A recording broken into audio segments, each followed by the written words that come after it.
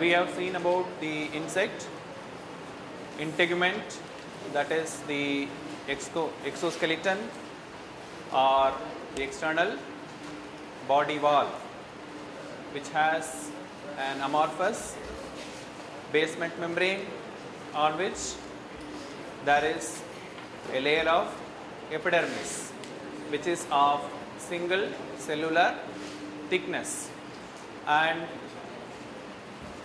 the amorphous layer, that is produced by the epidermal cells. The body wall consists of the cellular layer as well as the non-cellular layer, that is the cuticle and the epidermis. The cuticle has the exocuticle and the endocuticle together, which forms the procuticle.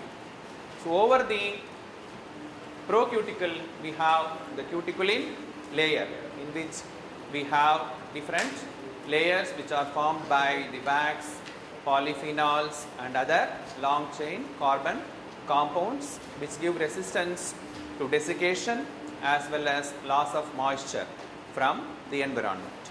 So periodically the insect has to increase in its size. So that is achieved by a process which is called as molting.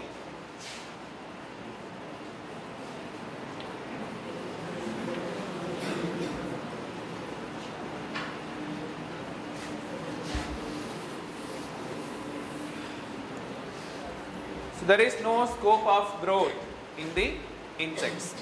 They cannot increase in their size unless and otherwise they shed the exoskeleton. So the process of shedding of the exoskeleton is called as the molting, and it is achieved by two steps: by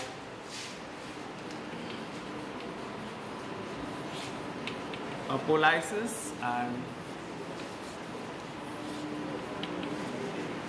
ecdysis. Apolysis and ecdysis. So insects molt periodically to increase in their size. So the younger stages or the immature stages of the insects, they can increase in their size by the process of molting, whereas the adult insects, they cannot molt. Once an adult is formed, it will be having the same size and shape till the death.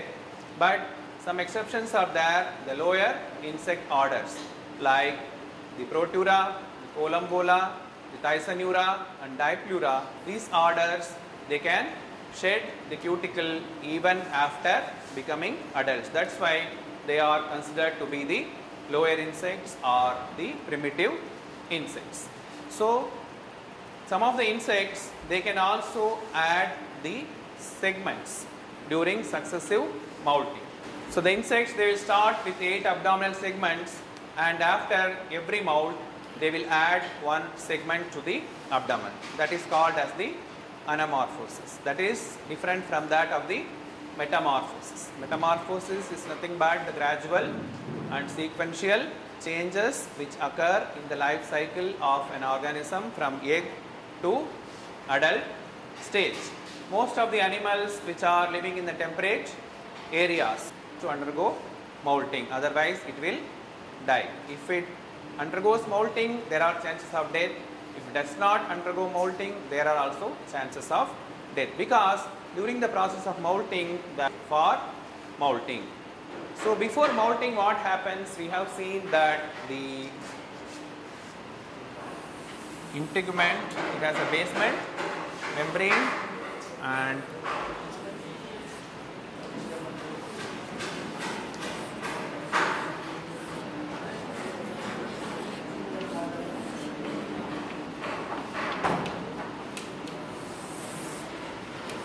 this is the exocuticle, endocuticle, and this is the exocuticle, and you have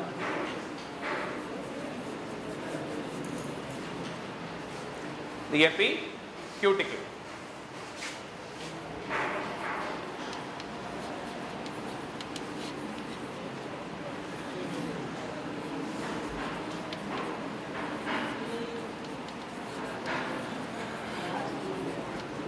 and you have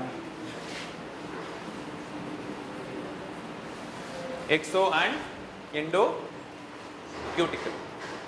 The brain determines the molting of the insect.